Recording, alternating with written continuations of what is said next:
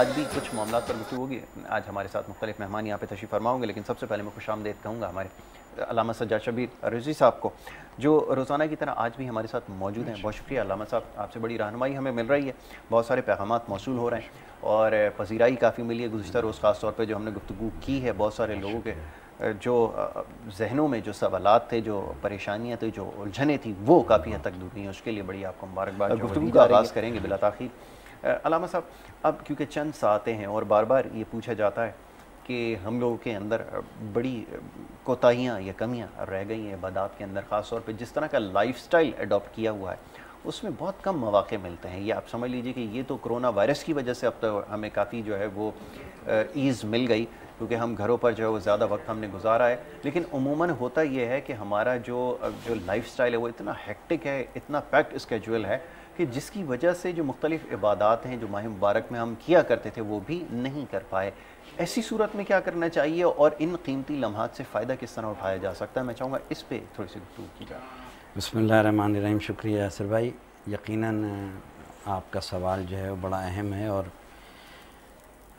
جس معاشرے میں اور آپ ہم سب سانسیں لے رہے ہیں وہاں پہ ہم دنیا کے معاملات میں اتنے الجھ چکے ہیں کہ عبادات کی طرف جو ہے ہم کبھی کبھی جو ہے وہ ادھر تواتر سے جو ہے وہ اس طرف جاتے ہیں. کرونا وائرس نے جہاں لوگوں کو گھر پہ بٹھا دیا، وہاں کرونا کے خوف سے، یعنی یہ ہونا تو یہ چاہیے تھا کہ اللہ کے ڈر سے ہم عبادت کرتے، مگر کرونا کے خوف سے کچھ لوگوں نے نماز بھی پڑھنا شروع کر دی اور کچھ لوگوں نے جو ہے روزہ بھی رکھنا شروع کر دیا، مگر یہ نہیں سمجھا کہ یہ کرونا سے بچانے والا بھی اللہ کی ذات ہے، اور ساری جو کچھ کنٹرول ہے وہ اللہ کی ذات ہے. اور آج جبکہ ہم ان ساعتوں میں داخل ہو رہے ہیں جسے لیلۃ القدر کہا جاتا ہے، اور یہ ساعتیں جسے نصیب ہوں، سرکار دو عالم صلی اللہ علیہ وسلم فرماتے ہیں کہ بد نصیب ہے وہ انسان جسے لیلۃ القدر کی رات میسر آئے اور وہ اللہ سے مغفرت نہ مانگے، اللہ سے توبہ نہ کرے، اللہ سے رجوع قلب نہ کرے. یعنی رجوع قلب کی کیا معنی ہے؟ رجوع قلب یعنی جب ہم اپنے دل کو عبادت کی طرف راغب کریں گے، یہ نہیں کہ ہم صرف عبادت تو کر رہے ہیں، قلب کہیں پر ہے، نفس کہیں پر ہے، خیالات کہیں پر ہیں، اور آج کی رات جسے میسر آ جائے، جس کے لیے خدا کہتا ہے تمہیں گمان ہی نہیں کہ لیلۃ القدر کیا ہے، مگر تلاش کرنے کا حکم پھر بھی اللہ دے رہا ہے. بالکل ایسا ہی. اب تلاش کیسے کی جائے؟ اور اگر ہم تلاش کیے بغیر دنیا سے چلے گئے، ہم کہتے ہیں نا اہدنا الصراط المستقیم صراط الذین انعمت علیہم، راستہ ہمیں سیدھے راستے پہ چلا یا دکھا یا قائم رکھ راستہ ان لوگوں کا جن پر تو نے اپنی نعمتیں نازل کی. تو اب راستہ تلاش کرنا ہے ہمیں. اگر راستہ تلاش کیے بغیر دنیا سے چلے گئے تو یہ تو ناکامی ہوئی. بالکل. اس لیے کہ اللہ کہہ رہا ہے کہ آپ خود دعا مانگ رہے ہیں اللہ سے سورہ حمد میں، سورہ شفا میں، کہ ہمیں سیدھے راستے پہ چلا، ہمیں سیدھا راستہ دکھا، ہمیں سیدھے راستے پہ. اسی طریقے سے اللہ یہ کہہ رہا ہے کہ لیلۃ القدر کو تلاش کرو ان تاک راتوں میں.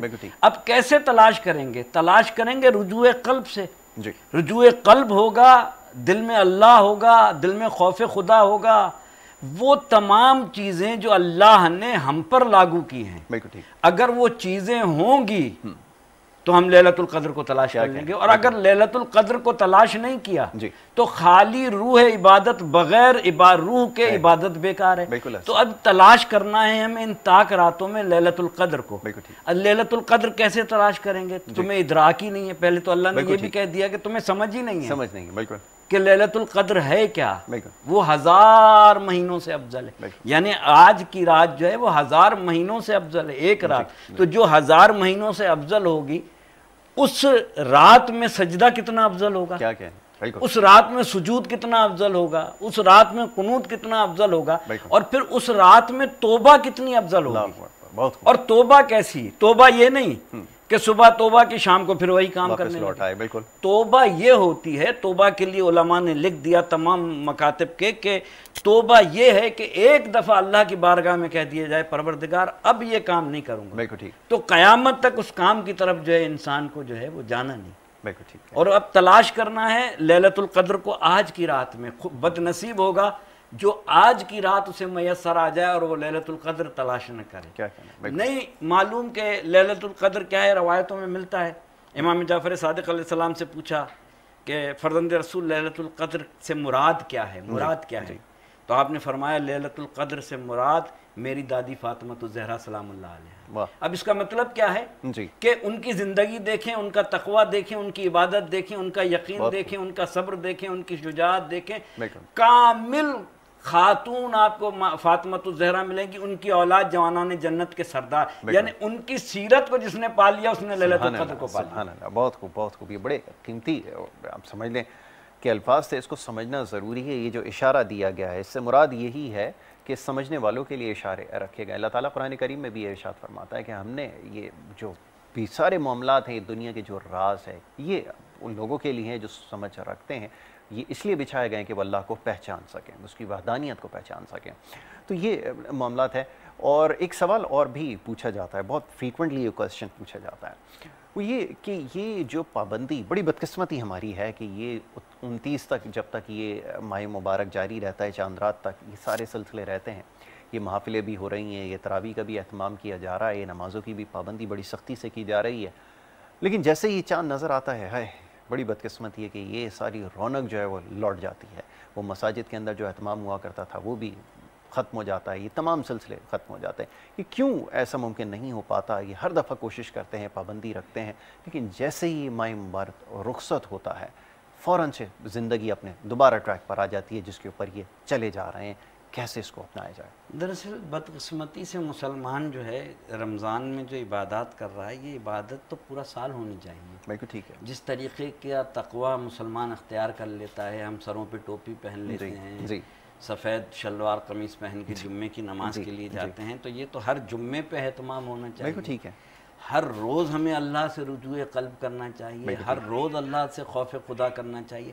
دراصل ہم نے عبادت کی چادر صرف رمضان میں اوڑھتے ہیں، اور جیسے ہی رمضان جاتا ہے اس چادر کو دور رکھ کے اور بالکل آزاد ہو جاتے ہیں، اور پھر کہتے ہیں کہ اب یہ جو لائف ہے یہ ہے اصلی زندگی۔ حالانکہ یہ جو 29 دن آپ نے پریکٹس کی، بھوکے بھی رہے، پیاسے بھی رہے، عبادت کی طرف رجوع بھی کیا، یہ تو سارے آپ امتحان دے رہے تھے۔ نتیجے کا دن جب آیا تو آپ نے سب کچھ اتار دیا، یعنی نتیجے کا انتظار بھی نہیں کیا آپ نے، اور سب کچھ۔ اس کا مقصد یہ ہے کہ ہم نے ابھی تک، کہتے ہیں نا کہ بچہ جب تک جو ہے وہ نابالغ تھا اسے بلوغت پتہ ہی نہیں تھا کہ اچھی چیز کیا ہے، بری کیا ہے۔ بچے کے سامنے آگ کر دو تو ہاتھ بڑھا دے گا۔ تو ہم نے عبادت کو سمجھا ہے، ہمیں یہ نہیں پتا کہ عبادت کا مقصد کیا ہے، ہم کس کے سامنے کھڑے ہیں، نماز کیا ہے، نماز کا مقصد کیا ہے۔ مجھے بتا دیجئے کہ رمضان میں تو ہم نماز پڑھ رہے ہیں اور عام دنوں میں نماز نہیں پڑھ رہے ہیں، فرق کیا ہے زندگی میں؟ ایک عام انسان میں تو کہتا ہوں کہ اس کی زندگی کیا ہے، اس کی زندگی میری نظر میں ایک جانور کے مانند ہے جو 5 وقت اللہ کی بارگاہ میں سجدہ نہ کر سکے۔ اور میں خدا کی قسم کھا کے کہتا ہوں کہ ہم 5 مرتبہ جو اللہ کی بارگاہ میں سجدہ کرتے ہیں اس کی پورے دن کی ایک نعمت کا بھی شکر ان سجدوں میں نہیں کر پاتے۔ اللہ نے کتنی ہمیں نعمتیں دی ہیں، دیکھنے کے لیے آنکھ دی، چکھنے کے لیے زبان، ان سے پوچھیں جن کی آنکھیں نہیں ہیں۔ لوگ آ کے کہتے ہیں نا، ایک شخص سرکار کی خدمت میں آیا، پٹی بندھی ہوئی تھی، سرکار نے فرمایا کیا ہوا؟ کہا یا رسول اللہ سر میں درد ہے۔ کہا ایک دن تمہارے سر میں درد ہوا ہے تو ناشکری کی پٹی باندھ لی ہے، اتنے دن صحت مند رہتے ہو کبھی شکر کی پٹی باندھی ہے کیا؟ یعنی شکر ختم ہو گیا ہے ہمارے پاس، ہم نہیں سمجھتے کہ روح عبادت کیا ہے۔ پھر کیا ہوتا ہے؟ یہ بلائیں نازل ہوتی ہیں۔ آپ دیکھ لیں نا اس وقت معاشرے میں بیرا روی ہے، اولاد کہاں جا رہی ہے، ماں باپ کی عزت کہاں ہے، عیدی سینٹر میں وہ جو مائیں ہیں وہ انتظار کر رہی ہیں۔ آپ کہتے ہیں ہم بینگ مسلم معاشرے میں جا کے دیکھیے، خون سفید ہو گئے، بھائی بھائی کا نہیں ہے۔ ہم صرف اس سے ملتے ہیں جس سے ہمیں یہ پتا ہو کہ ہمیں اس سے کوئی فائدہ ہوگا، اور جب کوئی فائدہ نہیں ہوگا تو ہم اس کی مدد کرنے سے بھی قاصر ہوتے ہیں۔ ہم مدد بھی اس لیے کرتے ہیں کہ اس سے فائدہ کیا ہوگا، ہم احترام اس کا کرتے ہیں جو صاحب دولت ہو، کتنا بھی بڑا متقی آ جائے، کتنا بھی بڑا عالم آ جائے، آپ تک اس کی عزت نہیں۔ کیوں؟ اس لیے کہ اس کے بعد ظاہری دولت نہیں ہے۔ آپ کو یہی نہیں پتا کہ بینگ مسلم سب سے بڑی دولت علم کی دولت ہوتی ہے، اس لیے کہ پیسہ تو خرچ ہو جاتا ہے